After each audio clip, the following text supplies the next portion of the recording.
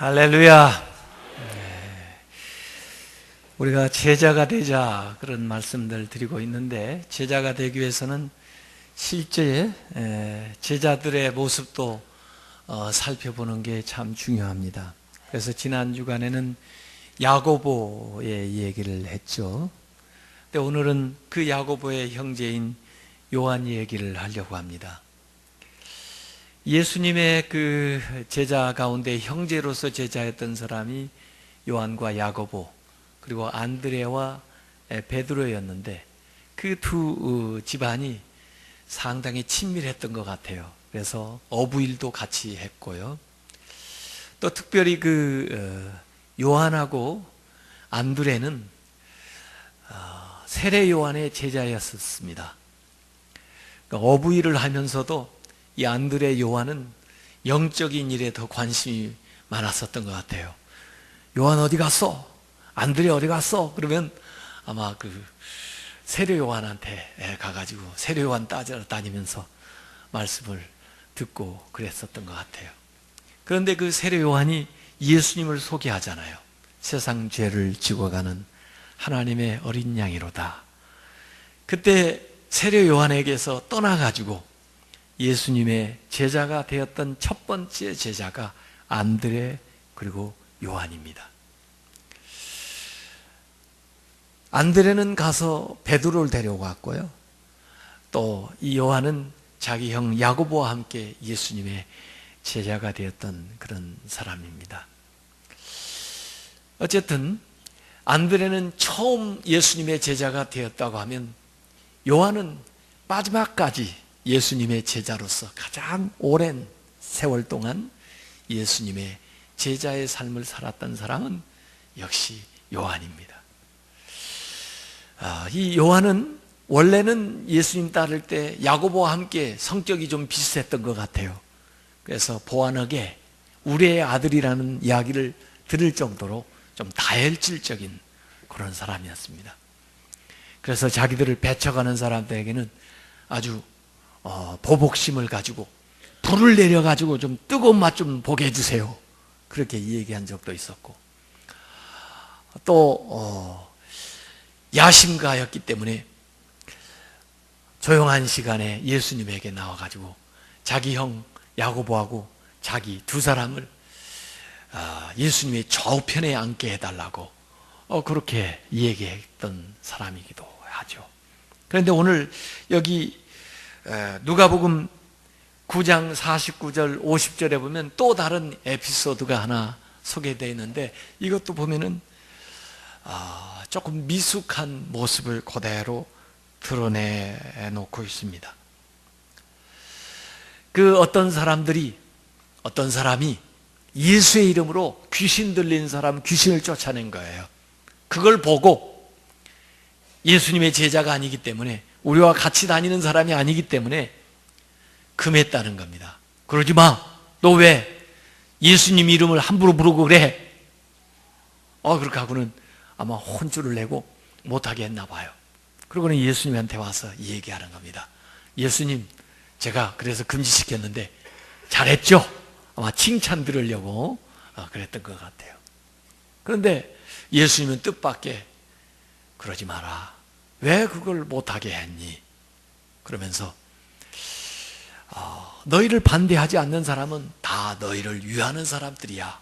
그렇게 예수님께서 얘기하는 대목이 오늘 누가복음 9장에 나오는 겁니다. 너희를 반대하지 않는 사람은 너희를 다 위하는 자다. 이것은 예수님의 폭넓은 생각을 드러내고 있어요. 요새 21세기 지도자 가운데 필요한 자질, 중요한 게 뭐냐면 포용력입니다. 포용할 수 있어야 돼요. 자기를 추종하는 사람뿐만 아니라 심지어 자기를 반대하는 사람들조차도 다 데리고 갈 수 있는 사람이 지도자입니다. 그걸 못하면 사실 지도자 자격이 없어요. 선거할 때 자기를 찍은 사람뿐만 아니라 혹시 야당을 지지했던 사람이라 할지라도 포용할 수 있는 그런 포용력이 있어야만 국가 지도자가 될 수가 있어요. 주한 요직에는 골고루 등용을 해서 같이 쓸 줄 알아야 되죠. 더구나 나를 찬성은 안 했지만은 중도층이 많이 있거든요. 중간, 반대도 하지 않고 찬성도 하지 않은 그 중간, 말하지 않는 그 대다수의 그 사람들을 자기 편으로 쓸어 앉을 수 있는 그런 사람이 지도자가 되는 겁니다. 그런데 이 요한은 속이 좁은 자기의 생각을 드러내고 있죠. 한번 물어볼게요. 귀신 쫓아내는 일이 잘한 일이에요? 못한 일이에요? 귀신 쫓아내는 일 잘한 겁니다. 귀신 들린 사람 고생하느니 쫓아낸 거 잘한 거죠. 더구나 예수님의 이름으로 했으면 잘한 거예요? 못한 거예요? 잘한 거죠. 좋은 일이죠. 예수님의 이름으로 했어요. 그러면은 어떻게 해야 돼요? 환영하고 칭찬해주고 같이 하자고 하고 예수님에게 데려와가지고 이 사람이 말이에요, 우리하고 같이 있지는 않았지만 그래도요 예수님 믿는 사람이라고요. 이 사람이 무슨 일을 한 줄 아세요? 예수님 정말 예수님의 능력을 나타냈어요. 예수님의 이름으로 일했다고요. 그렇게 해줘야 될 거 아니에요? 그런데 왜 요한은 그 사람을 금하고 싫어했어요? 우리하고 함께 하지 않으니까, 우리 편이 아니니까, 질투심 때문에 그래요. 또는 이기주의, 집단 이기주의 때문에 그래요. 내 편이 아니라고 편가르기 하기 때문에 그래요. 그래서 사단이 나는 겁니다. 사실 여기 이 기사 바로 읽기 직전에, 역시 이 기사가 마가복음 9장에 나오는데요, 이 지금 사건 바로 직전에 무엇이 있었냐면은 어떤 아버지가 아들 하나 데리고 오는데 그 아이가 간질, 또 귀신 들려가지고 벙어리예요. 예수님에게 데려왔는데 예수님은 변화산에 기도하러 가셨어요. 그런 사이에 다른 제자들한테 부탁을 했는데 아무도 그 아이를 고칠 수가 없어요. 그러던 차에 예수님이 내려오셔가지고 그 아이를 고쳐준 기사가 마가복음 9장 나와요. 자, 제자들도 못 고쳤는데 그 일 후에 어떤 사람이 귀신을 좀 대준 거예요. 예수님의 이름으로. 그러니 얼마나 자존심이 상하겠어요. 우리는 예수님 따라다니는 사람인데 우리도 못 고쳤는데, 아니 어떤 사람이 나타나가지고 예수님의 이름으로 고쳐? 이건 안 되지. 우리한테 이건 결코 도움이 안 돼. 좋은 일이냐 나쁜 일이냐를 따지는 게 아니고 나에게 실익이 되느냐 여부를 따지고 우리 편이냐 아니냐를 따르고, 그래가지고 이를 판결하기 때문에 사람들이요 그 판결을 믿지를 않습니다. 제가 이번에 우리 지방회에서 우리 총회에 상정해가지고 총회에 상정한 법안이 하나 있습니다.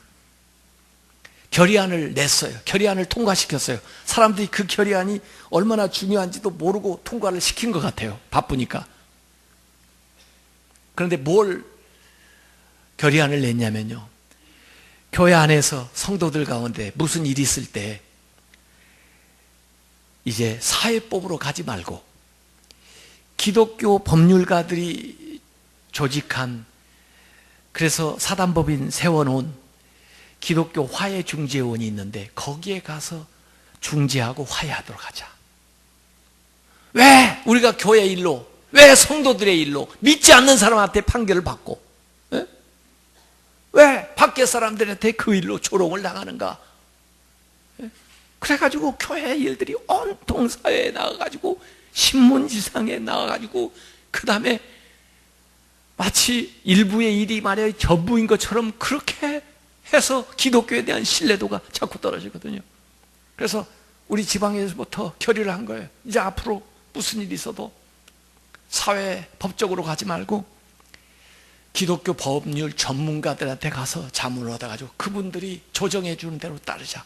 우리 교단도 그렇게 하자 해서 결의안을 채택을 한 거예요. 근데 왜 그걸 하자고 해도 다른 사람들이 안 하려고 하고 저보고 순진한 얘기라고 하냐면, 한 목사 교단 내에서 공정하게 판정하는 줄 알아? 자기 편 다 들어주고 자기 가까운 사람 옳다고 하지. 그러니 어떻게 공정한 판결을 기대할 수 있어? 그러니까 사회에 나가는 거 아니야? 이렇게 얘기하더라고요. 하여간에 그것이 사실인지 어쩐지는 몰라도 손해를 당하는 게 낫지. 예? 안 믿는 사람들한테 가서 우리 믿는 사람들이 그래도 형제인데 창피당하는 게 그게 좋아요? 저는 그냥 손해나고 말래요. 하나님 알아서 나중에 판결해 주실 걸 그냥 기대하고 이 세상에서는 그냥 억울하더라도 그냥 당하고 말래요. 하여간에 여기 우리는 말해요. 옳고 그른 것보다도 자기 편이냐 나한테 이익이 되느냐 그걸 가지고 모든 걸 얘기를 합니다. 정치하는 사람들도 마찬가지예요. 이전 정부 자기들이 여당일 때는 내내 주장하다가 야당 되면 또 반대해요. 같은 사안인데 왜 그렇게 바뀌나요? 네. 전부 당파적이에요. 편파적이에요. 원래 우리나라 문화는 그런 문화가 아니었습니다. 원래는 감쌈의 문화였다고. 우리나라는 감싸주는 거예요. 보자기 문화예요. 보자기. 사실 그 보자기 거기에서 복이 나오고 다 그래요. 이 보자기 안에 모든 거 다 집어넣죠. 가지고 같이 묶어 가지고 가는 거예요. 이 보자기가 우리만 있는 게 아니고요. 보니까 베드로가 고넬료의 집에 갈 그거 생각도 못하고 있을 때 지붕에서 기도하는데 하나님이 보자기를 내려주시는데 그 보자기 안에 보니까 온갖 것들이 다 들어있는 거예요. 자기가 먹을 수 있는 것도 못 먹는 것도 있고 거룩한 것도 있고 부정하다고 생각한 것도 있는 거예요. 그런데 먹으라는 거예요. 내가 거룩하게 한 것을 네가 부정하다 하지 말아라. 이게 무슨 뜻일까 했더니 이방인이라도 내가 가라면 가라는 거예요. 이방인이라도 성령 받으면 세례 주라는 거예요. 너무 편협하게 자기 또는 자기 편, 자기 이익 이것만 생각하지 말고 마음을 넓혀서 다른 사람들을 받아들여 주라 이거예요. 이게 포용문화예요. 포용문화. 우리나라가 그래요. 원래. 그래서 요새 여름에 뭐 많이 드시죠? 쌈도 보니까 뭐 여러 가지 집어가지고 그 다음에 된장까지 다 발라가지고 그냥 한 입 넣는 거예요. 예? 김밥 그것도 막 싸가지고 비빔밥 이거 막 섞어가지고 그냥 먹는 거예요. 예. 다른 것들이 섞여야 융합이 되는 거고 거기에서 시너지 효과가 나는 겁니다. 여러분 이 교회만큼 다른 사람들이 모인 데가 없어요. 제가 학교에서 교수도 했습니다만 교수하기가 쉬워요. 왜? 어느 정도 수준 되는 사람만 뽑아가지고 또 같은 목적을 가진 사람을 가르치기 때문에. 직장도 그냥 아무나 직장 들어갈 수 있는 게 아니잖아요. 무슨 특기 또 무슨 전공 또 어느 정도 수준 되는 사람 모아가지고 같이 이 얘기를 하고 생활하기 때문에 통하는 게 공통점이 많아요. 그런데 교회는요 아무나 오게 해가지고 다 왔다고요. 그러니까 지역적으로도 다 다르고 학문의 배경도 다 다르고 성격도 다 다르고 생활 수준도 다 다르고 이 다른 사람들이 교회에 모여있으니 사실은 매일 싸워야 당연한 겁니다. 그런데도 저는 매일 우리 교회에서 기적을 봐요. 무슨 기적? 안 싸우는 기적. 어쩜 그렇게 다른 사람들이 모여가지고 싸우지를 않고 사세요? 싸우는 건 당연한 거고 안 싸우는 게 기적이에요. 여러분 생각을 해보세요. 교회 아니었으면 저 사람 죽을 때까지 한 번도 만날 일이 없는 사람을 교회 와서 만난 거예요. 이런 다른 사람들이 모였기 때문에 여기에서 시너지 효과가 나는 겁니다. 세상에서 볼 수 없는 큰 힘이 교회에서 나타나는 거예요. 다르기 때문에. 다르다고 해서 그 사람을 정죄하거나 나하고 생각이 다르다고 해서 그 사람을 나쁘다고 얘기하면 안 돼요. 교회 안에도 말하지 않는 대다수의 중간층 사람들이 있습니다. 우리 교회도 저를 좋아하는 사람도 있겠지만 저를 싫어하는 사람도 있겠죠. 손들지는 마세요. 알고 싶지는 않으니까. 어떻게 사람이 다 좋아하겠어요? 사람을. 예.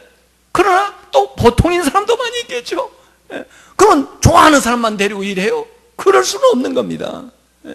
모두 다 같이 해야죠. 반대하는 사람도 반대하는 역할은 별로 안 좋은 거지만 그 사람 나름대로 역할을 하고 있는 거예요.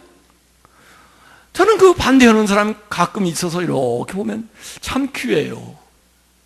그러면서도 어떻게 교회를 저렇게 잘 나오나. 그게 참 참 귀하고, 그 다음에 또 안 믿는 사람하고 비교해 보세요. 안 믿는 사람, 하나님을 안 믿는 사람하고 비교해 보세요. 얼마나 훌륭해요. 하나님의 자녀니까 생각은 좀 달라도 더불어 같이 해야죠. 포용해야지. 어떻게 자기와 똑같아요. 예수님의 생각하고 요한의 생각은 근본적으로 다릅니다. 요한은 우리를 따르지 않으면 다 적이다 이렇게 생각하지만, 예수님은 적극적으로 반대하지 않는 사람은 다 우리 편이다. 그러면 중간이 다 들어오는 거예요. 중간이 다. 마음을 넓혀야 되네요. 마음을. 여러분, 바울 같은 사람, 그렇게 훌륭한 사도인 것 같아도 바울도 반대하는 사람도 있었어요. 바울을 그렇게 힘들게 하는 신자들도 있었다고요. 바울이라고 해서 모든 신자가 다 좋아하는지 압니까? 바울을 시기하고 바울을 하는 일을 못마땅히 하고, 아유 바울이 언제부터 뭐 주님에게 부름을 받았다는 거야. 그 사람이 진짜 뭐 다메섹에서 보기를 제대로 본 거야. 그걸 어떻게 믿어?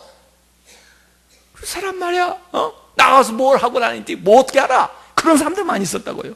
심지어 바울이 감옥에 잡히니까 잘 됐다, 이 기회에 우리 세력을 좀 넓혀보자 해가지고 전하고 다니는 거예요. 그러면 바울한테 그게 들리지 않겠어요? 그러면 여러분 같으면 기분 나쁘겠죠? 바울은 그렇지 않습니다. 빌립보서 1장 18절에 보니까, 그러면 무엇이뇨? 외모로 하나 참으로 하나 무슨 방도로 하든지 전파되는 것이 그리스도니 이로써 내가 기뻐하고 또한 기뻐하노라. 주님만 전하면 좋다는 거예요. 예? 여러분, 모세 시절에도 이런 일이 있었습니다. 모세가 너무 힘드니까 하나님 앞에 기도했더니 70인 지도자들 세우라 이거예요. 가지고 다 성막 앞으로 데리고 나오라 이거예요. 그래서 70명의 장로들을 성막 앞으로 데리고 나왔더니 하나님이 성령을 부어줬어요, 그 70인들에게. 그런데 나중에 보니까 그 장막에 나오지 않았던 엘닷과 메닷이라고 하는 사람이 자기들의 처소에 있다가 성령을 받은 거예요. 그랬더니 여호수아가 바쁘게 모세한테 뛰어와가지고, 모세여 금하소서. 그들이 말이에요, 여기 나오지도 않았는데. 안 나온 이유가 여러 가지가 있겠죠. 뭐 모세가 마음에 안 들어서 안 나올 수도 있고, 말이에요, 모세가 하는 일이 협조하고 싶지 않아서 안 나올 수도 있는데, 그들도 성령을 받았거든요, 있는 거에서. 그러니 금하소서. 그러니까 모세가 뭐라고 얘기해요? 민수기 11장 29절에 네가 나를 위해서 시기하느냐? 여호와께서 그 신을, 성령을 그 모든 백성에게 주사, 그 두 사람뿐만 아니라 모든 백성에게 다 주셔서 다 선지자, 다 지도자가 되게 하시길 원하노라 그랬어요. 이게 하나님의 사람입니다. 이게 포용력이 있는 사람입니다. 이런 마음을 가져야 우리가 진짜 제자가 되는 거죠. 요한이 아직 멀었어요. 그래도 이 요한은 어떤 제자들보다 예수님을 가까이 모시고 따라다닙니다. 이 예수님이 겟세마네에서 기도할 때도 그곳에 있었고요. 나중에 예수님이 얘기를 하십니다. 너희들이 나를 다 버리고 도망가리라 그럴 때 베드로가 말해요. 다 주님을 버릴지라도 저는요, 제가 목숨 걸고 죽을지언정 주님을 떠나지 않겠습니다. 그랬어요. 그러더니 제일 먼저 도망가더라고요. 그냥 뭐든지 그렇게 막 장담할 일이 못 돼요. 그래도 또 물론 다른 제자들도 다 따라서 저도요 그랬지만 다 도망갔죠. 누가 남았어요? 요한만 남았어요. 요한만 그 말을 지킨 사람이에요. 그래서 마지막 예수님 십자가의 자리까지 따라가는. 그래서 요한이 어떻게 보면 모든 12제자가 있었지만 예수님 가장 근접거리에 있었던 사람이에요. 심지어 마지막 만찬을 나눌 때는 예수님께서 너희 중에 한 사람이 나를 팔이라 할 때는 너무 슬퍼서 또 예수님 마음이 어떨까 해가지고 예수님의 품에 의지했던 사람이 바로 이 요한이에요. 그러니까 예수님의 그 심장 박동 소리를 들었던 사람이 요한이에요. 베드로도 요한이 예수님에게 가깝다는 것을 인정하는 대목이 나와요. 요한에게 눈짓을 해가지고 야 누군지 좀 알아내라. 네가 좀 예수님한테 누군지 좀 도대체 난 궁금해서. 그래서 아마 제일 먼저 안 사람이 요한일 수 있어요. 이 요한은 예수님이 십자가에 못 박힐 때에도 그곳에 갔었던 사람입니다. 그렇기 때문에 오늘 읽었던 그 요한복음 그 대목에는 예수님의 마지막 7마디의 말씀, 그 말씀들이 기록이 되어 있어요. 내가 목마르다. 내가 다 이루었다. 이런 말은요, 크게 할 수 없는 말이에요. 가까이 있어야만 들리는 말이에요. 더구나 예수님이 마지막 유언을 이 요한에게 하는 거예요. 자기 형제들에게 남긴 것도 아니에요, 예수님. 사실은 피가 물보다 더 진하다 그런 말이 있지만은 영은 피보다 더 진한 거예요. 그래서 피를 나눈 형제보다 이 영으로 통하는 이 요한에게 예수님께서 자기의 어머니를 부탁하는데, 양손 양발 못에 박히고 매달려 있으니까 아마 고갯짓으로 했을 거예요. 요한아, 네 어머니다. 어머니, 당신의 아들입니다. 해가지고 요한하고 예수님을 이렇게 매게 해주는 거죠. 사실 예수님을 따르기 시작할 때는, 또 어느 정도 따를 때는 너무 예수님과 마음으로 또 삶으로 전혀 다른 삶을 살았지만은 이렇게 가까이 주님과 동행하면서 주님과 함께하는 삶을 통해서 어느덧 예수님을 본받게 되고 예수님을 닮게 되고, 그리고는 예수님의 그 성품이 자기의 삶을 통해서 드러나게 되는 거예요. 저는 한때는 이 사역을 한다고 열심히 해본 적이 있습니다.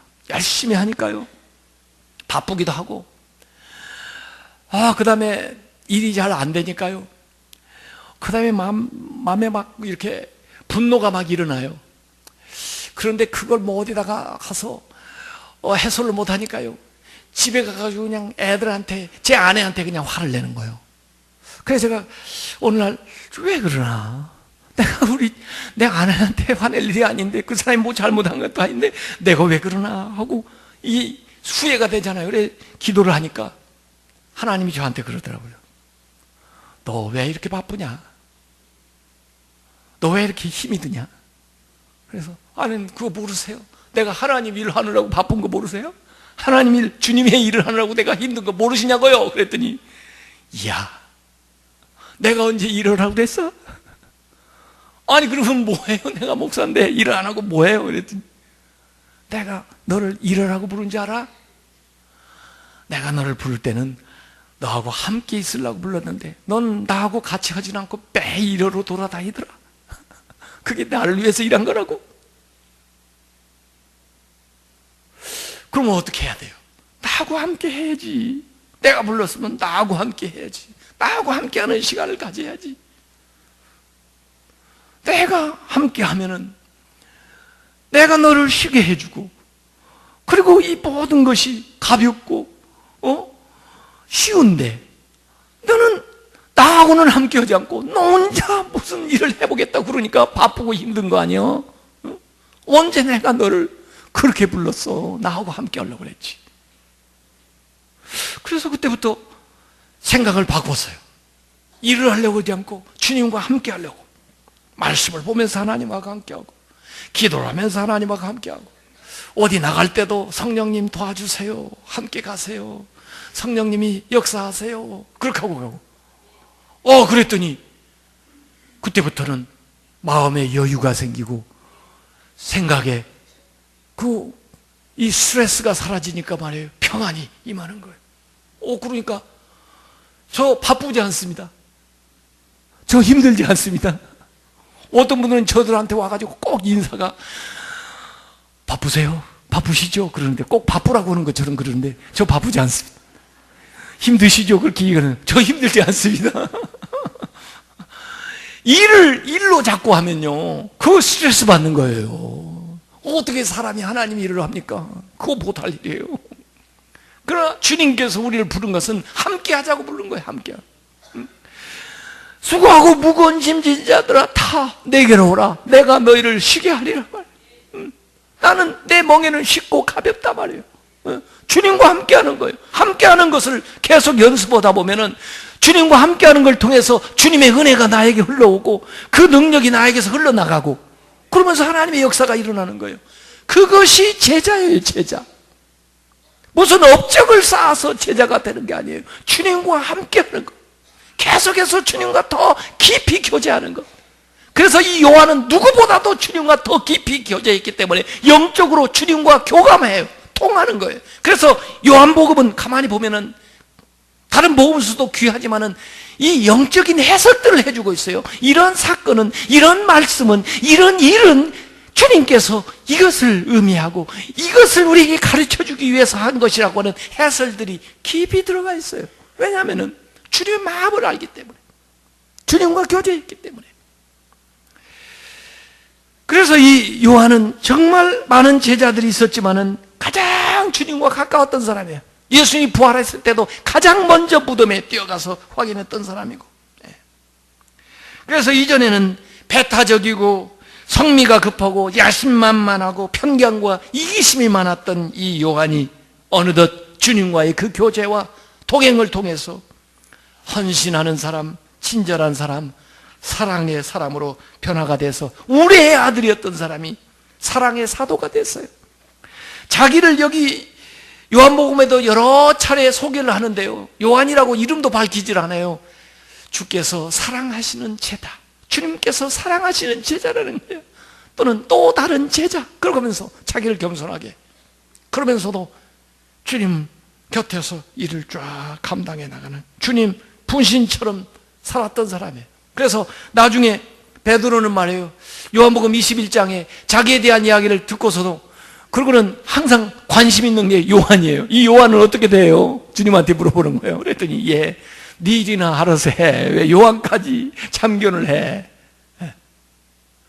사실 이 요한이라는 사람이요, 그 성경 이름, 이 서양 사람들이 성경 이름을 따가지고 자기 이름을 짓는데 제일 많이 나오는 이름이 뭔지 아십니까? 서양 사람들 가운데 제일 많은 이름 요한입니다. 요한. 물론 우리 한국에서는 개 이름을 제일 요한, 존을 많이 붙였지. 옛날에 미국 사람들한테 많이 들어가지고 존 해가지고 우리가 존을 강아지에다 붙인 거, 그거 정말 죄송한 거예요. 또 메리, 예수님의 어머니 마리아를 메리 붙여가지고 좀, 근데 그거 원래는 사실은 좋은 뜻인데 한국 와서 좀 영어가 좀 버렸어요. 근데 존, 요한이라는 이름, 미국 외국 사람들이 굉장히 좋아하는 이름이 된 거예요. 이게 성질 급한 이 사람이 말이에요. 사랑의 사도가 돼서 변해 있는 거죠. 이 요한의 그 유적지, 금년에 성서 현장 갔던 사람들 다녀왔고요. 3년 전에도 저는 다녀왔는데 터키 그 에베소에 가면은 있습니다. 근데 이 에베소는 그 로마 시대에 로마가 제일 큰 도시고, 그 다음에 이집트 저쪽에 있는 알렉산드리아, 그 다음에 지난번에 얘기했던 안디옥, 시리아 안디옥, 그 다음에 네 번째 도시가 이 에베소입니다. 이 에베소 항을 끼고 있는 소아시아의 그 관문이라고 볼 수 있는, 유럽에서 넘어올 수 있는 그런 곳인데, 거기에 가면 지금도 유적지가 발굴되는데 기가 막힙니다. 너무 멋있죠. 거기 가면은 옛날에 있었던 도서관, 그 도서관을 하나 사진 제가 찍어 왔는데, 알렉산드리아에 있는 도서관도 유명하지만 여기 에베소에도 그 못지않은 도서관이 있었고요. 그 앞에 쪽에 뭐 광장들이 있고요. 그 다음에 이 경기장이 있고요. 아고라 뭐 광장 시장도 있고요. 막 그래요. 에베소 쪽에 가면은 그 마리아를 이 요한이 모셨던, 요한이 60세까지 마리아 돌아가실 때까지 모셨어요. 그 집도 있어요. 마리아가 사셨던 집. 그 마리아를 이 요한이 모시는데, 원래 그 에베소 교회는 바울이 브리스가와 아굴라와 같이 개척한 교회잖아요. 나중에 디모데도 목회했는데, 여기 나중에 요한이 어머니 마리아를 모시고 가가지고 여기서 살면서 또 사역을 했던 곳이에요. 밤모습에 끌려갔다가 다시 나왔을 때도 마지막 최후를 이 에베소에서 보낸 곳이죠. 그래서 여기 가면은 이 마리아가 살던 생가 집도 있고, 그 다음에 그 안에 가면은 조그마한 채플이 있어요. 이렇게 해서 마리아가 살았던 것이 있고, 마리아 기념교회를 또 따로 그 에베소에 가면은 지어놓았습니다. 그래서 비잔틴 시대에 지어놓았는데, 그게 좀 폐허가 돼가지고 많이 무너지기도 했지만, 그 한번 예배당을 한번 보여주세요. 마리아 기념교회. 마리아 기념교회에 가면은 여기 십자가가 벽에 딱 새겨져 있고요. 그 다음에 요한 바오로 교황이 와가지고 여기서 그 예배를 집례했다 하는 그 사인이 있더라고요. 거기가 있고, 그 다음에 여기 가면은 또 요한 기념교회가 있어요. 그 요한 사도 기념교회 입구 쪽에 이렇게 웅장하게 돼 있고요. 그 안에 들어가 보면 요한의 무덤이 있습니다. 요한. 그래서 요한의 무덤이 있던 곳에 대리석으로 이렇게 해놓고 여기에 사도 요한이 잠들었다, 그렇게 이제 표시가 돼 있고, 요한은 90세에 임종하신 분이죠.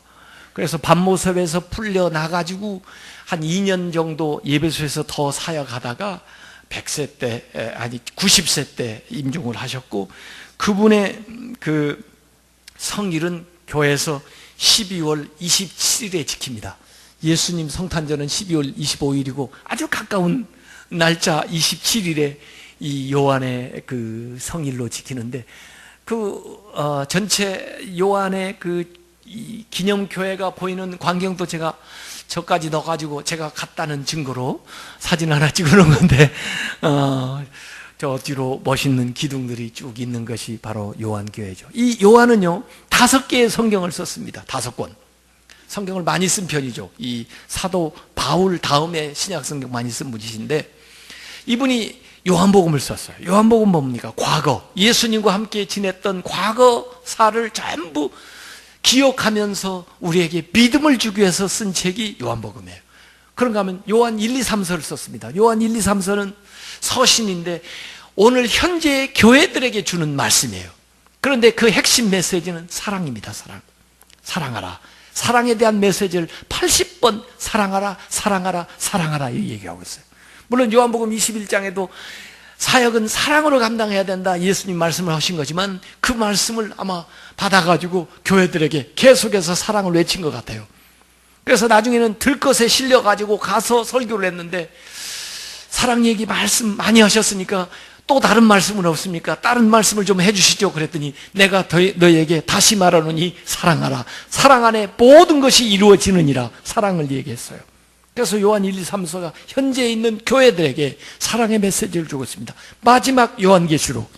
요새 새벽기도마다 요한계시록 지금 제가 강해를 하고 있는데, 이 요한계시록은 미래에 대한 이야기예요. 그런데 거기에 핵심적인 메시지는 소망입니다. 소망. 미래에 우리에게 소망을 주는 거예요.